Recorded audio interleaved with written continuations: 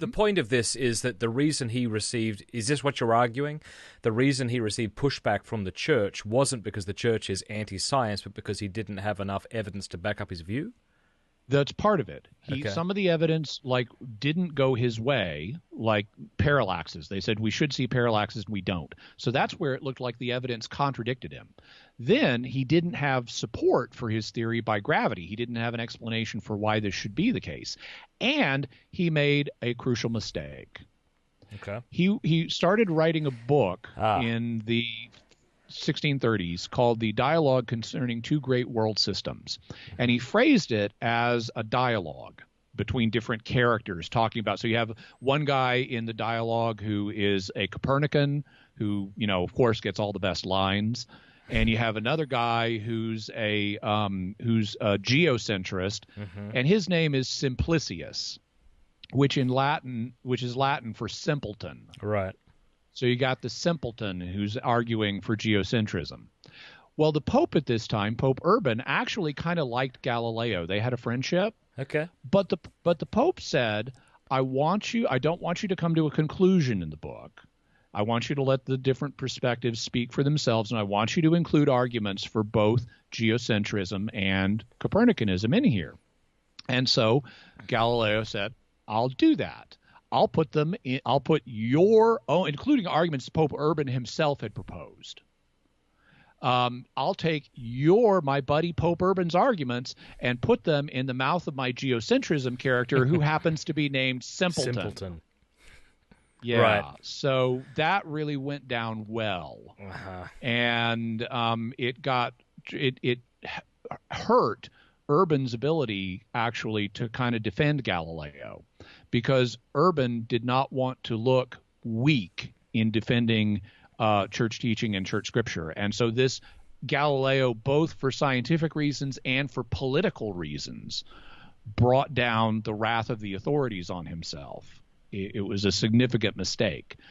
But rather than putting him in a prison, which would have dramatically shortened his lifespan, they commuted his sentence to house arrest, which was actually an element of mercy. But didn't Pope John Paul II apologize for the Church's condemnation of Galileo? He expressed regret, because I'm just imagining skeptics watching this video and thinking it sounds like all you're doing is defending the Church and saying the Church did nothing wrong. It was all on the side of Galileo. Is that what you're saying? No. We're talking about human beings here.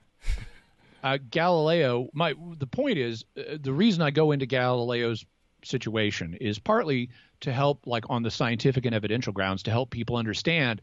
Back then, there was another perspective on this scientifically. Right. We didn't have the astronomical evidence like parallaxes that would help confirm his theory. Gotcha. And there wasn't a way of explaining it like gravity.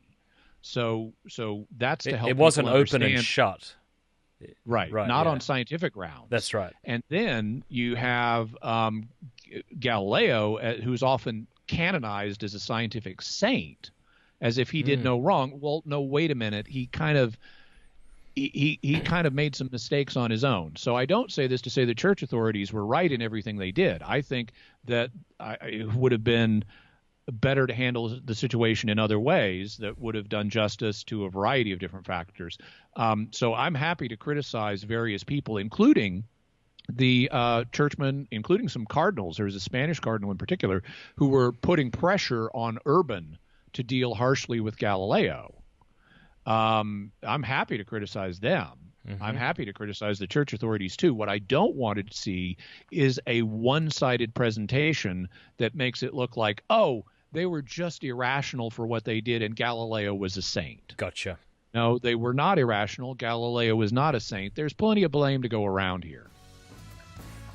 Thank you for watching this clip. You can click here to watch the full episode. And I want to say a big thanks to our sponsors and to our amazing patrons for making all of this possible. Please do us a favor before you go. Click that subscribe button and then the bell. And that way YouTube will be forced to let you know every time we put out a new episode.